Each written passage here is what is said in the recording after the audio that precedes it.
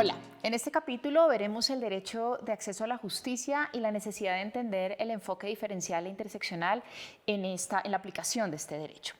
Lo primero que es importante señalar es que históricamente el derecho de acceso a la justicia ha sido entendido en un sentido estricto, es decir, aquel ceñido a entender el acceso a la justicia como la entrada al aparato judicial, la impartición de un juicio con unas garantías procesales, neutro, con un juez que atiende las diferentes causas, con un defensor, y así está establecido en la Declaración Universal de Derechos Humanos en su artículo 10º, ciñéndolo incluso a causas penales.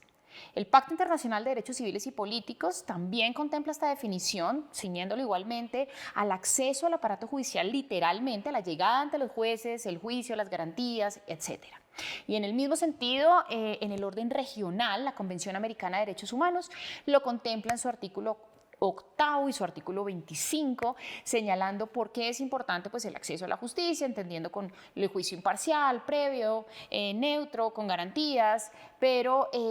ciñendo las causas civiles y penales y a los recursos idóneos de los cuales las personas pueden echar mano para llegar a estas instancias judiciales.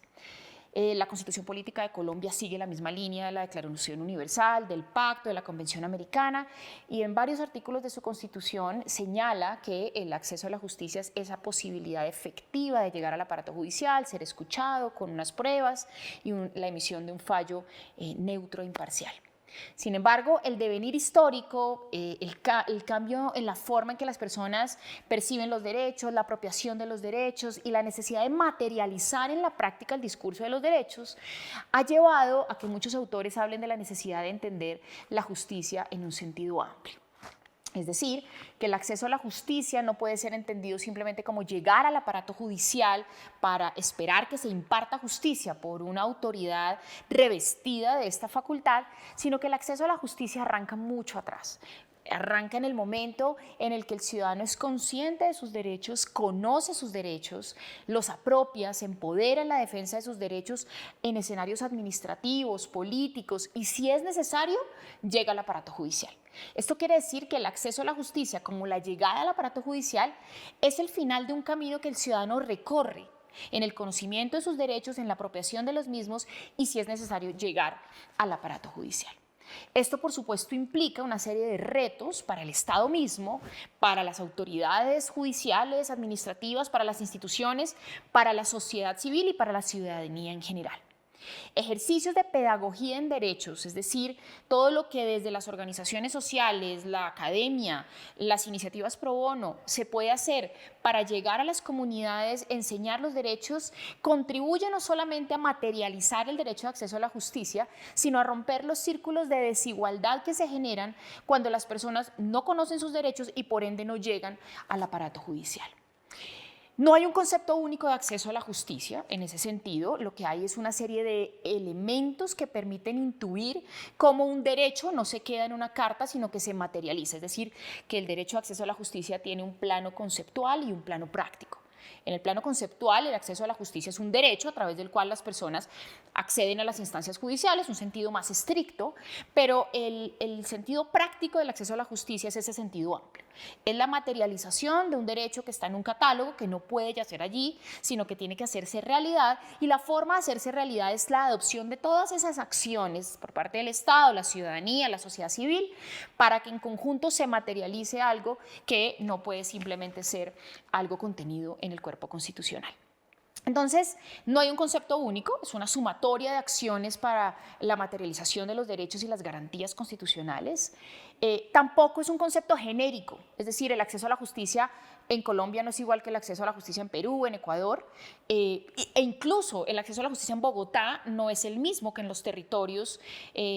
alejados de las capitales en Colombia.